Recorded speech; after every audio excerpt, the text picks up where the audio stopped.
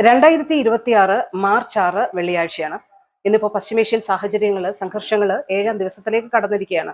അപ്പോൾ ഏകദേശം ഒരാഴ്ചയോളം ആകുമ്പോഴും GCC രാജ്യങ്ങളെ ലക്ഷ്യമാക്കിയുള്ള ഇറാനിയൻ മിസൈൽ ആക്രമണങ്ങൾ തുടരുന്നതായിട്ടാണ് നമുക്ക് കാണാൻ കഴിയുന്നത്.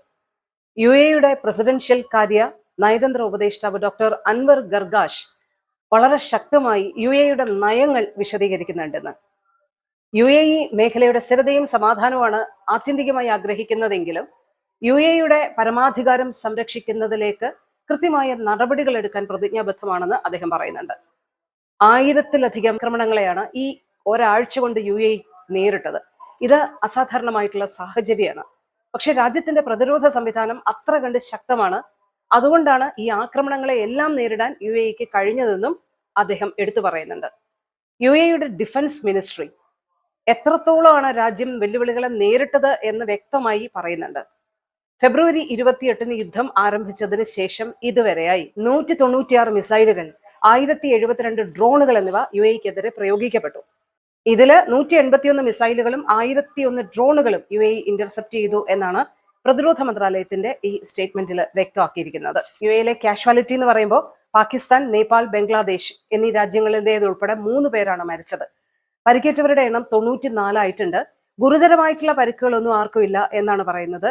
മോഡറേറ്റ് ആയിട്ടുള്ള പരിക്കേറ്റവരുണ്ട്, ചെറിയ പരിക്കുകൾ ഏറ്റവരുണ്ട് എന്ന് UAE ഡിഫൻസ് മിനിസ്ട്രിയുടെ ഈ പ്രസ്താവന വ്യക്തമാക്കുന്നുണ്ട്. UAEയിലെ എയർപോർട്ടുകൾ കേന്ദ്രീകരിച്ച് പരിമിതമായ അളവിൽ വിമാന സർവീസുകൾ ഇപ്പോഴും തുടരുന്നുണ്ട്.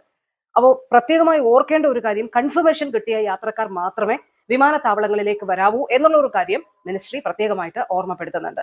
ഇപ്പോൾ ഒമാൻ ബോർഡർ, സൗദിയിലേക്കൊക്കെ എത്തി യാത്രകൾ തുടരാൻ, ഒമാൻ വഴി സൗദി വഴി യാത്രകൾ തുടരാൻ ഒരുപാട് പേര് ശ്രമിക്കുന്നുണ്ട്.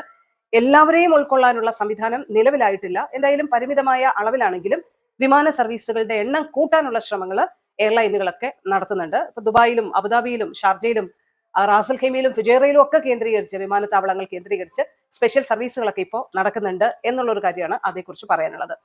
ഇനി വളരെ ശ്രദ്ധിക്കേണ്ട ഒരു കാര്യം, ഇപ്പോൾ മിസൈൽ ആക്രമണങ്ങളുടെ പശ്ചാത്തലത്തിൽ നമ്മുടെ തൊട്ടരികിൽ നിന്ന് വരെ നമുക്കൊരു പക്ഷേ സ്ഫോടന ശബ്ദങ്ങൾ അടക്കമുള്ള കാര്യങ്ങൾ കേട്ടെന്ന് വരാം. അപ്പോൾ ഉടൻ ഓടിച്ചെന്ന് ജനലിനരികിൽ ചെന്നത് എന്താണെന്ന് നോക്കാനോ അല്ലെങ്കിൽ അത് ഫിലിം ചെയ്യാനോ ഒക്കെയുള്ള യാതൊരു തരത്തിലുള്ള നീക്കങ്ങളും നടത്തരുതെന്ന് അധികൃതർ പറയുന്നത് പ്രത്യേകമായിട്ട് നമുക്ക് അലേർട്ട് കിട്ടുന്ന ഒരു സാഹചര്യം ഉണ്ടല്ലോ. അപ്പോൾ എത്രയും പെട്ടെന്ന് നിങ്ങളൊരു സേഫ് ആയിട്ടുള്ള ഒരു സ്ഥലത്തേക്ക് മാറുക എന്നുള്ളതിനാണ് ഈ അലേർട്ട് നൽകുന്നത്. ജനലുകൾക്കരികിൽ ഇരിക്കുന്ന തരത്തിലുള്ള, അപ്പം പലതും ഗ്ലാസ് വിൻഡോകളും ഒക്കെയാണ്, അവിടെ പോയി ഇരിക്കരുത് എന്ന് UAE അധികൃതർ ഓർമ്മപ്പെടുത്തുന്നുണ്ട്. പുറത്ത് ചാടിയിറങ്ങാനോ ഉടൻ തന്നെ അത് ഫിലിം ചെയ്യാനോ എന്നുള്ള ശ്രമങ്ങൾ നടത്തരുത്. നിങ്ങളുടെ സുരക്ഷ വളരെ പരമപ്രാധാന്യമാണ് UAEയെ സംബന്ധിച്ചിടത്തോളം. അതുകൊണ്ട് ഓൾ ക്ലിയർ അലേർട്ട് കിട്ടിയതിന് ശേഷം മാത്രമേ പിന്നീട് നിങ്ങൾ പുറത്തിറങ്ങാവൂ, അവശ്യ കാര്യങ്ങൾക്ക് പുറത്തിറങ്ങൂ എന്നാണ് UAE പ്രത്യേകമായിട്ട് ഓരോരുത്തരെയും ഓർമ്മപ്പെടുത്തുന്നത്. അത് വളരെ പ്രധാനപ്പെട്ട ഇൻഫർമേഷനാണ്, മുന്നറിയിപ്പാണ്. അത് കൃത്യമായിട്ട് പാലിക്കാൻ UAEയെ സംബന്ധിച്ചിടത്തോളം, UAEയിൽ താമസിക്കുന്ന ആളുകളെ സംബന്ധിച്ചിടത്തോളം ഈ ഒരു ഘട്ടത്തിലും അവർക്ക് ആത്മവിശ്വാസത്തോടു കൂടി അവിടെ നിൽക്കാൻ കഴിയുന്നത് ഭരണാധികാരികൾ നൽകുന്ന ഉറപ്പും അവരുടെ സുരക്ഷ കൃത്യമായി UAE കാക്കും എന്നുള്ള വിശ്വാസമൊക്കെയാണ്.